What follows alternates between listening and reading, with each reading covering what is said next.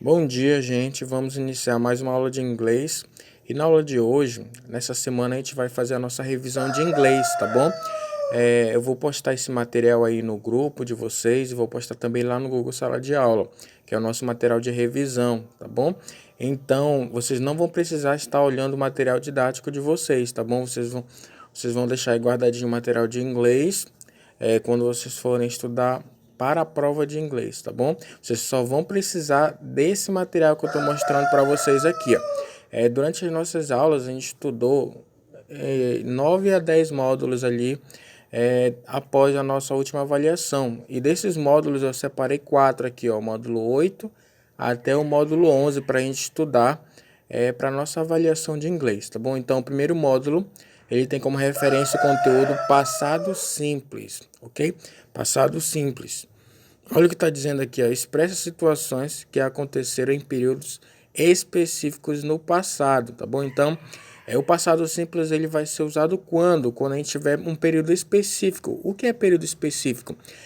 Quando a gente tiver, por exemplo, ontem, antes de ontem, semana passada, mês passado, tá bom? Então, quando tivermos um período no passado, a gente vai utilizar o passado simples. Olha o exemplo aqui, ó. Foi ao parque ontem, olha o período, ontem.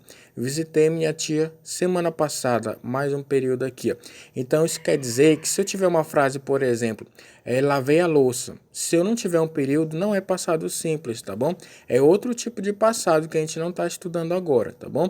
O passado simples precisa de um período, ou seja, eu preciso ter na frase a expressão temporal ontem, semana passada, mês passado, tá bom? Se não tiver, o período não é passado simples.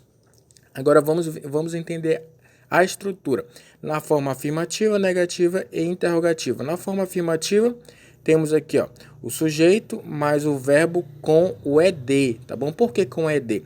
Porque no passado simples, os verbos, quando colocados no passado, eles são acrescidos pelo radical ed, tá bom? Sempre, tá bom? Exemplo aqui, ó, a palavra amar, em inglês é love. A palavra amei, ou seja, o passado de amar, eu vou ter que acrescentar o ed no final, tá bom? A negativa fica o seguinte, o sujeito, tá bom? Qualquer pessoa, eu, tu, ele, ela, enfim.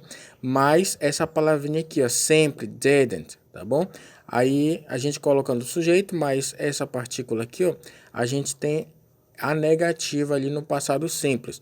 E a interrogativa? A interrogativa eu vou ter sempre aqui no início essa palavrinha aqui, ó, did, que a gente fala did. Então, em resumo, temos o módulo 8, que é o nosso passado simples e que ele necessita de um período, antes, semana passada, antes de ontem, mês passado, tá bom? Além disso, eu tenho que entender como é que eu posso formular a afirmativa, a negativa e a interrogativa desse tempo aqui, ó, passado simples, que eu acabei de falar para vocês aqui, ó, como por exemplo, na interrogativa, o padrão qual é? É ter o did no começo. Na negativa, é ter essa palavrinha aqui, ó, didn't, aqui, ó. E na afirmativa, eu tenho o sujeito mais a palavrinha acrescida de ed, ou seja, a palavrinha com ed no final. Continuando aqui, temos o módulo 8 ainda, que a gente estudou também o presente simples. O presente simples, ele vai ser usado para falar sobre hábitos, rotinas, ações do cotidiano, como a gente vê aqui a definição.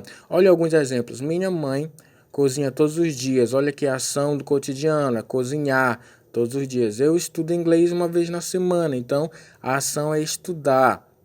Tá bom? Então é importante que a gente entenda que o presente simples ele é usado para falar sobre hábitos, sobre rotinas, sobre ações do dia a dia, tá bom? A gente já entendeu quando é que a gente vai usar o presente simples. Agora, como é que fica a estrutura? A estrutura na afirmativa, negativa e interrogativa. Vai ficar assim, ó. A estrutura na afirmativa, a gente vai ter o sujeito mais o verbo. Na negativa a gente vai ter o sujeito, mais essas palavrinhas aqui, ó, don't ou doesn't, tá bom? Por que duas palavrinhas? Porque essa palavra aqui, essa segunda palavrinha, a gente vai utilizar quando a oração, quando a frase tiver a terceira pessoa, ou seja, quando a frase tiver ele ou ela, a gente utiliza esse aqui para fazer a negativa. Se não tiver ele ou ela na sentença, na frase, aí a gente vai falar isso aqui, ó, don't, tá bom? Exemplo, se eu quiser falar assim, ó, Ela não estuda, ela não estuda para o teste. Então, vai ter que ser essa segunda palavrinha aqui, ó, porque ela é terceira pessoa. Ou ele não gosta de tomar sorvete, vai ser essa aqui, ó, porque ele é terceira pessoa.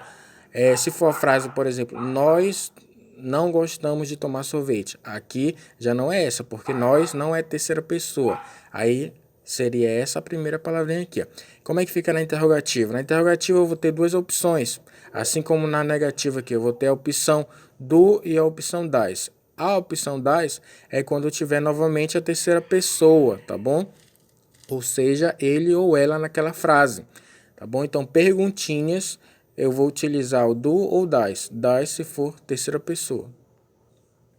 Agora vamos ver o módulo 9. No módulo 9 a gente estudou os aspectos físicos, tá bom? As características físicas.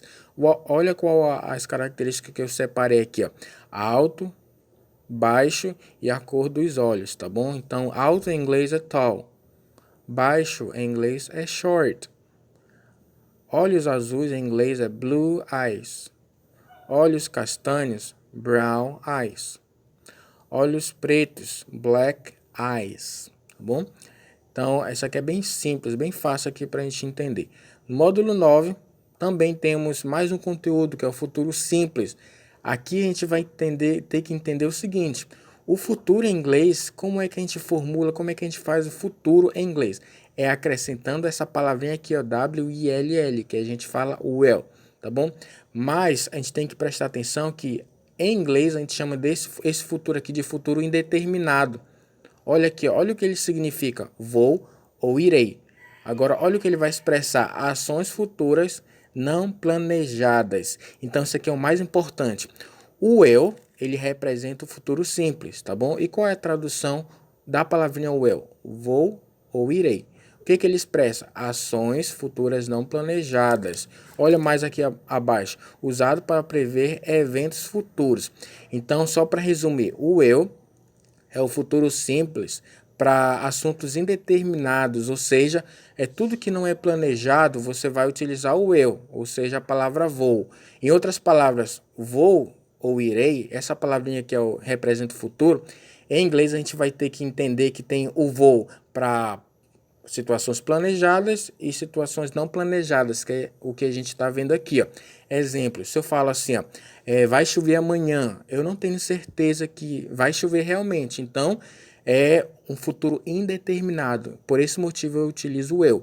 Agora outro exemplo, minha mãe vai se casar amanhã, é algo indeterminado? Não, é algo que foi planejado. Se foi planejado, o vou, nesse caso, nessa oração, não é o eu, tá?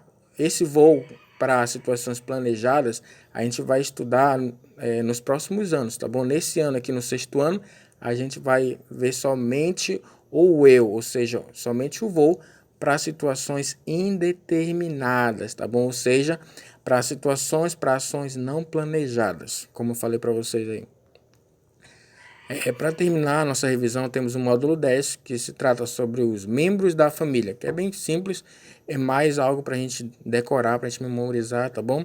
E que acredito que a maioria já sabe os nomes de alguns membros da família, como por exemplo, pai, mãe, irmão, avó, aliás, avô e irmã. Como é que fica em inglês? Vou fazer a leitura para vocês. Father é pai, mother, mãe, brother, irmão, grandmother, avó, grandfather, avô, sister, irmã, tá bom? Então, essa aqui é a família, tá bom? Os membros da família em inglês. Olha como é que fica tudo em inglês. Father, mother, brother, grandfather, grandmother, grandfather e sister.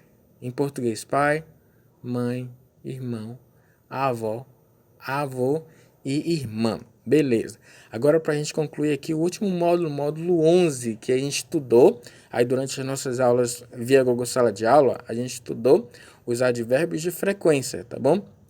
Que é bem simples, os advérbios de frequência em inglês, em português, aliás, nunca, quase nunca, raramente, às vezes, frequentemente, costumo e sempre. Agora, como é que fica a leitura aqui dos advérbios de frequência em inglês? Never, hardly ever, rarely, sometimes, often, usually, always. Agora em inglês e em português. Never, nunca. Hardly ever, quase nunca. Rarely, raramente. Sometimes, às vezes. Often, frequentemente. Usually, costumo. Always, sempre. Beleza, já vimos aqui os advérbios de frequência. Agora vamos aqui para as disciplinas da escola. Lembra lá que a gente estudou sobre as matérias, português, matemática, ciência, a gente estudou todos esses nomes aí das matérias, das disciplinas em inglês. A gente viu como é que elas ficam em inglês. Vamos ver a primeira aqui, ó. Português, português. Math, matemática. PE, que é a educação física, tá bom? A única matéria que ela tem sigla é a educação física, tá bom? Que é PE. History, história. Science, ciências. English, inglês. Geography, que é geografia. Então, a mais complicada, a mais difícil aqui de perceber qual a sua tradução é PE, porque PE é educação física. As outras, acredito que são bem similares ao nosso idioma, como, por exemplo, português, ó, parece com português, matemática parece que um pouquinho, história também, ciência, inglês, geografia, todas são parecidas com o português. Somente esse PE aqui que é um pouquinho difícil para identificar, que é educação física, mas é só lembrar, a única matéria em inglês que é dada assim, em forma de sigla, é a educação física.